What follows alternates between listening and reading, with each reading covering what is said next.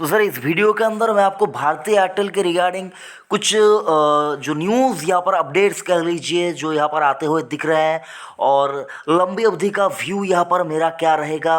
और short term की बात करें तो 1 महीना 2 महीने के अंदर क्या भारतीय एयरटेल के अंदर कुछ बड़ा उछाल इसके स्टॉक के ऊपर आ सकता है, इसी कुछ चीज़ों के ऊपर इस वीडियो के अंदर मैं डिस्कस करूँगा। तो सर अगर आपने अभी तक चैनल को सब्सक्राइब नहीं किया तो चैनल को सब्सक्राइब कीजिए और जुड़े रहिए नो अबाउट इन्वेस्टमेंट चैनल के साथ। इस चैनल के ऊपर आपको स्टॉक मार्केट रिलेटेड अपडेट्स मिलते रहेंगे, तो चैनल को सब्सक्राइब करके रखिए। तो जो सबसे पहले अगर आप यहाँ पर देखिए तो स्टॉक का प्राइस आपको देखना होगा 476.75 रुपीज़, 476 रुपया 75 पैसे के ऊपर एनएसई के ऊपर इसने क्लोजिंग दी है 23 मार्च 2020 को। और अगर आप एक चीज़ यहाँ पर गौर करें तो स्टॉक पिछले 5 दिनों से अगर आप यहाँ पर देखें तो गिरावट का शिकार हो रहा है और लगभग 3.5% के आसपास की यहाँ पर 5 दिन के अंदर अंदर गिरावट हो चुकी है।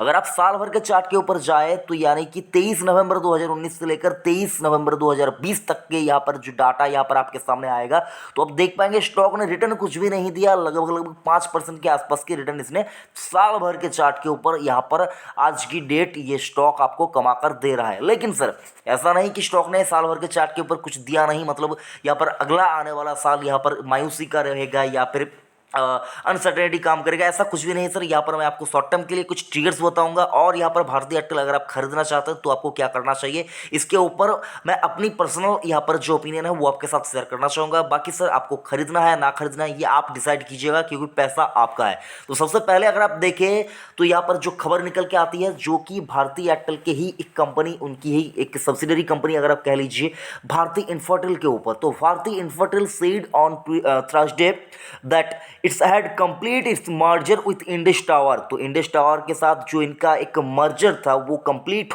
हो चुका है। और यहाँ पर अगर आप देखें ये मर्जर कंप्लीट होने के बाद किसके पास कितना स्टेक रहा है, वोडाफोन ग्रुप के पास यहाँ पर देखें तो 28.12% स्टेक है। और अगर आप देखें तो एयरटेल के पास, एयरटेल ग्रुप के पास यहाँ पर लगभग 36.7% स्टेक अब हो चुकी है, जो कि एक अगर आप देखें एक अच्छा यहाँ पर इनके लिए खबर है। टावर सर्विस में ये मतलब इसको भारतीय एयरटेल को ये एक फ़ायदा दिलाती हुई नजर आएगी। उसके बाद अगर आप देखें सर यहाँ पर एक और खबर निकल के आती है जो कि है टैरिफ हाइक के लिए ऊपर। तो मतलब यहाँ पर जो रिचार्ज प्लान है उसको यहाँ पर उसका रेट बढ़ाने के ऊपर अगर आप देखें एक यहाँ पर बिजनेस स्टैंडर्ड के ऊपर एक आर्टिकल यहाँ पर आपको आता हुआ दिखेगा।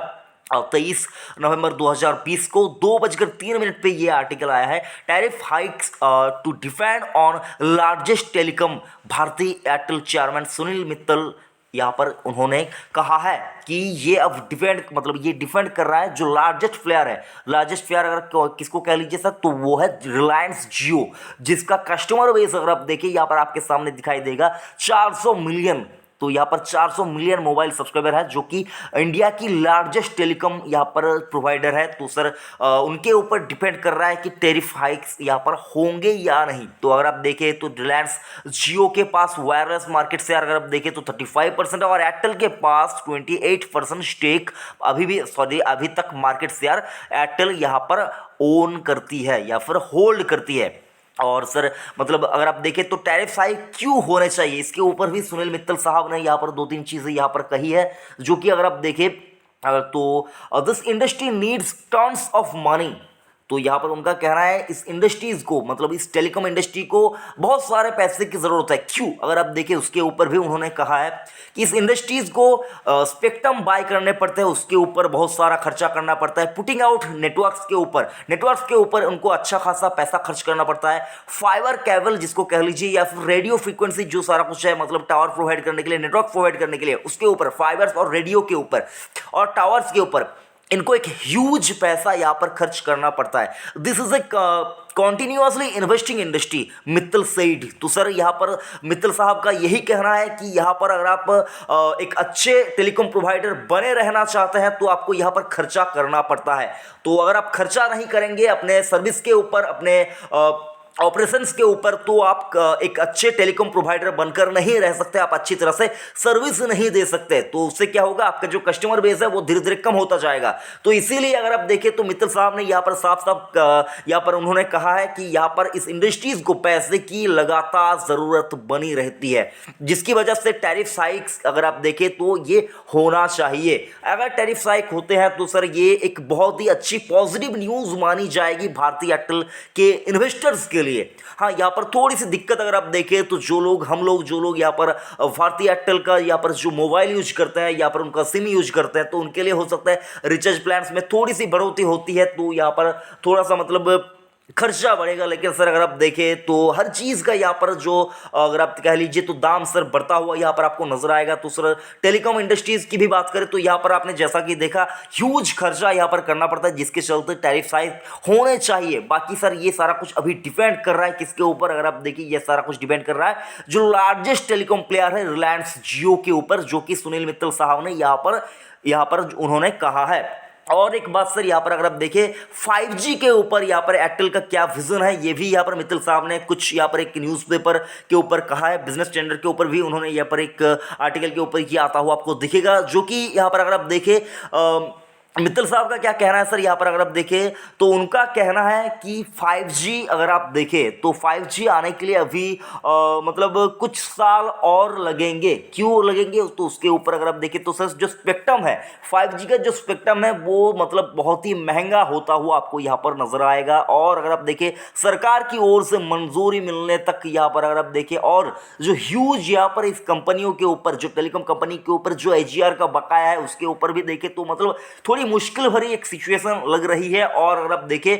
तो भारतीय एयरटेल भी ये मतलब 5G के ऊपर इनका विजन यहाँ पर बना हुआ है। तो अगर आप देखें तो मित्तल साहब ने यहाँ पर कहा है my guess is it will take a couple of years to 5G to come to India in a meaningful manner. तो इनका कहना है कि कुछ और साल यहाँ पर लग सकते हैं 5G को इंडिया के अंदर अच्छी तरह से मतलब कंप्लीटली यहाँ पर आने के लिए। तो वो कब कैसे होता है वो देखने वाली बात है। लेकिन सर अगर आप देखें तो जो ये मतलब टैरिफ हाइक के ऊपर जो एक आर्टिकल है सर, ये मतलब इसके चलते हो सकता है स्टॉक के ऊपर आपको शॉर्ट टर्म में थोड़ी सी उछाल देखने को मिले। लेकिन सर लंबे अवधि के लिए जो लोग नजरिया लेके चलते हैं उनसे बस मेरा एक ही कहना है, आपने अगर निवेश किया है तो आपने बहुत ही शानदार एक फंडामेंटली स्ट्रॉन्ग कंपनी में निवेश किया है। AGR का बकाया सर वो तो छोड़ दीजिए, वो तो मतलब ये भारतीय एयरटेल जरूर से चुका लेगी, उसके ऊपर कोई डाउट ही नहीं है मुझको। बाकी अगर आप मेरे से पूछना चाहते हैं मैं यहाँ पर क्या टारगेट मान के चलता हूँ साल भर के लिए, तो सर आप आज की डेट 23 नवंबर 2020 को मैं जब ये वीडियो बना रहा हूँ तब आज की डेट यहाँ से लेकर साल भर के लिए मैं कम से कम यहाँ पर 800 रुपये का टारगेट मान के चलता हूँ। अचीव होगा नहीं होगा वो अलग बात है, लेकिन सर यहाँ पर मैं भारतीय एयरटेल में जो लोग निवेश करना चाहते हैं उनसे बस मैं यही कहना चाहूंगा कि आप यहाँ पर कम से कम 5G जब तक कंप्लीटली इंडिया के अंदर नहीं आ जाती, सारा कुछ मतलब कंप्लीटली सब कुछ यहाँ पर कंप्लीटली आपको अच्छी तरह से 5G नेटवर्क यहाँ पर आपको आते हुए नहीं दिख जाते, 5G के ऊपर काम करते हुए नहीं दिख जाते, तब तक सर मैं कहना चाहूँगा आपको भारतीय एयरटेल के अंदर उस स्टॉक को बेचने के बारे में सोचना भी नहीं चाहिए। अगर आप देखिए अभी तक इंडिया के अंदर लोग 2G यूज करते हैं और भारतीय एयरटेल का कहना है कि वो लोग अपने 2G सब्सक्राइबर को 4G सब्सक्राइब बनाने के लिए मतलब ये कोशिश कर रहे हैं, 4G में लाने के लिए कोशिश करेंगे। और भी मतलब बहुत से यहाँ पर ऑपरेशन ये कर रहे हैं। और कुछ दिन पहले अगर आप देखें 2-3 दिन पहले इन्होंने एक छोटी कंपनी को ये कुछ स्टेक यहाँ पर एक्वायर किया है, जो अगर आप देखें भारतीय एयरटेल के लिए एक अच्छी बात है।